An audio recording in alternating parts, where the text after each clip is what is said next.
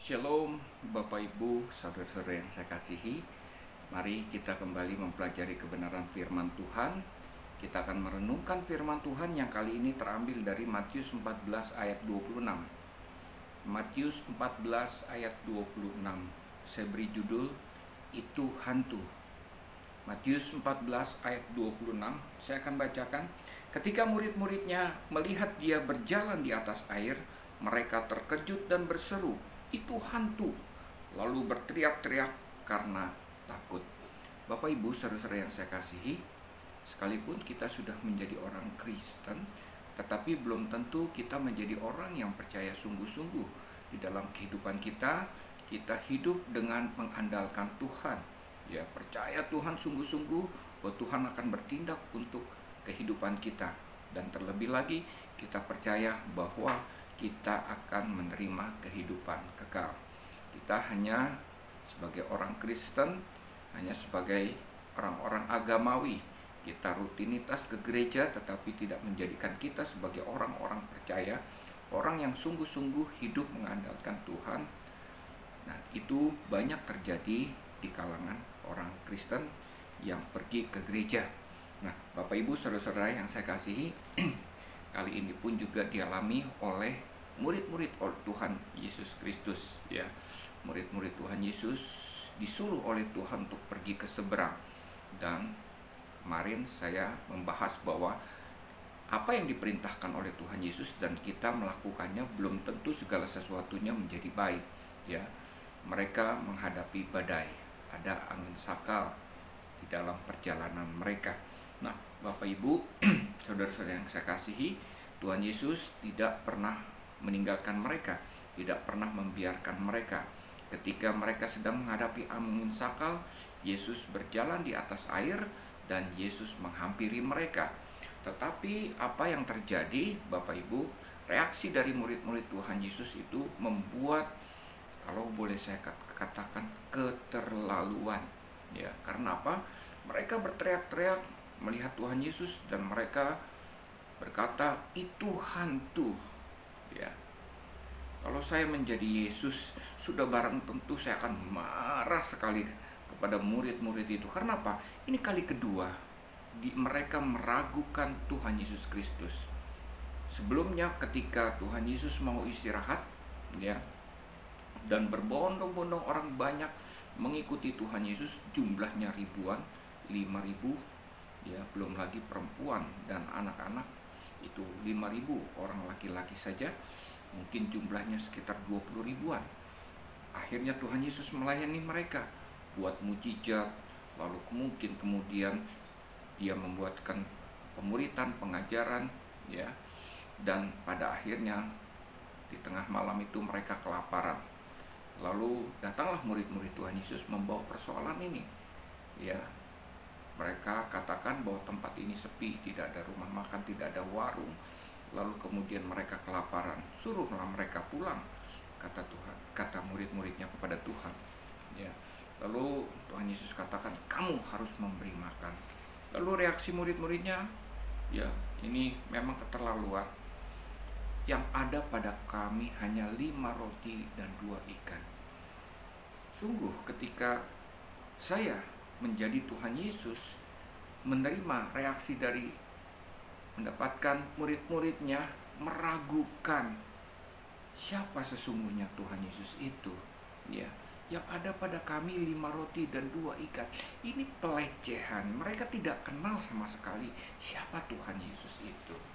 Yesus itu bukan seorang nabi, bukan hanya seorang guru, bukan hanya sebagai seorang pendeta yang datang ke dunia ini, tetapi dia adalah Tuhan. Kapasitas dia adalah kapasitas sebagai Tuhan. Dia membuat murid-muridnya menyaksikan, dia membuat air berubah menjadi anggur, orang buta menjadi melihat, orang lumpuh berjalan, kemudian orang mati bangkit. Itu yang Tuhan Yesus lakukan di hadapan murid-muridnya. Dia sanggup mengadakan yang tidak ada menjadi ada, ya, termasuk juga sanggup memberikan makan kepada 5.000 orang itu tanpa mereka. Tuhan Yesus meminta kepada murid-muridnya, "Apa yang kamu punya darimu?" Ya, Yang ada pada kami 5 roti dan 2 ikan. Sungguh keterlaluan, ya. Nah, demikian juga terjadi kali kedua. Ketika Yesus berjalan di atas air, datang kepadanya itu hantu. Ya, Bapak Ibu, saudara-saudara yang saya kasih, mereka ya meragukan siapa Tuhan Yesus. Ya, mungkin mereka tidak kenal sungguh-sungguh, dan terlebih lagi hal yang seperti ini disebabkan mereka belum lahir baru. Mereka belum menerima roh Tuhan di dalam kehidupannya. Setelah Yesus naik ke surga, ya, kemudian peristiwa Pentakosta, mereka mendapatkan curahan Roh Kudus di dalam kehidupan mereka. Lalu apa yang terjadi? Mereka menjadi orang yang percaya sungguh-sungguh, dan berbagai-bagai mujizat, perbuatan-perbuatan ajaib mereka lakukan. Masalahnya adalah mereka belum percaya, karena mereka belum menerima Roh Kudus di dalam kehidupan mereka. Nah, Bapak Ibu, saudara-saudara yang saya kasihi, kehidupan kita sering dihantui dalam tanda kutip, ya. Hantu, Bapak Ibu, saudara-saudara yang saya kasihi, hanya sifatnya menghantui. Ya, murid-murid mungkin belum pernah ketemu hantu, tetapi karena mungkin ada cerita yang beredar, ada hantu, ada hantu, ada hantu, tapi sesungguhnya mereka belum ketemu hantu. Kalaupun ada hantu di tengah laut, mereka bisa apa? Mereka bisa mati. Mungkin kalau hantu itu menghampiri mereka, ya.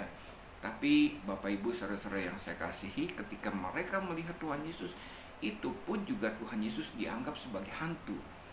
Demikian juga dengan kehidupan kita. Kita sering dihantui oleh ketakutan, oleh kekhawatiran, oleh kegagalan, oleh kemiskinan, dihantui oleh sakit penyakit COVID-19 ini, Bapak Ibu, yang membuat kehidupan kita menjadi khawatir, menjadi takut, menjadi bimbang. Kita menjadi orang-orang yang tidak percaya sungguh-sungguh kepada Tuhan. Bapak Ibu, saudara-saudara yang saya kasihi, ketika kita lahir baru menerima Yesus sebagai Tuhan dan Juru Selamat, kita menjadi orang-orang percaya. Kenapa kita bisa menjadi orang-orang percaya? Yang percaya bahwa Tuhan Yesus memberikan anugerahnya kepada kita, kehidupan kekal. Ya, Tuhan Yesus akan menjemput kita ketika Yesus datang kedua kali, rapture, diangkat di awan-awan, dan kita akan ikut dalam perjamuan kawin anak domba. Bapak Ibu, saudara-saudara yang saya kasihi, ya, hari ini kita belajar untuk menjadi orang percaya sungguh-sungguh. Jangan kita menjadi orang Kristen tetapi hidup kita dihantui oleh ketakutan, kekhawatiran, kegagalan, masa depan, sakit, penyakit, kemiskinan, dan lain sebagainya. Percayakan hidup kita kepada Tuhan, seperti Mazmur 37 ayat 5 katakan, biar Tuhan bertindak untuk kita. Dia tidak pernah meninggalkan kita, Dia tidak pernah membiarkan kita. Hidup kita disertai Tuhan sebagai orang percaya. Shalom, Tuhan memberkati.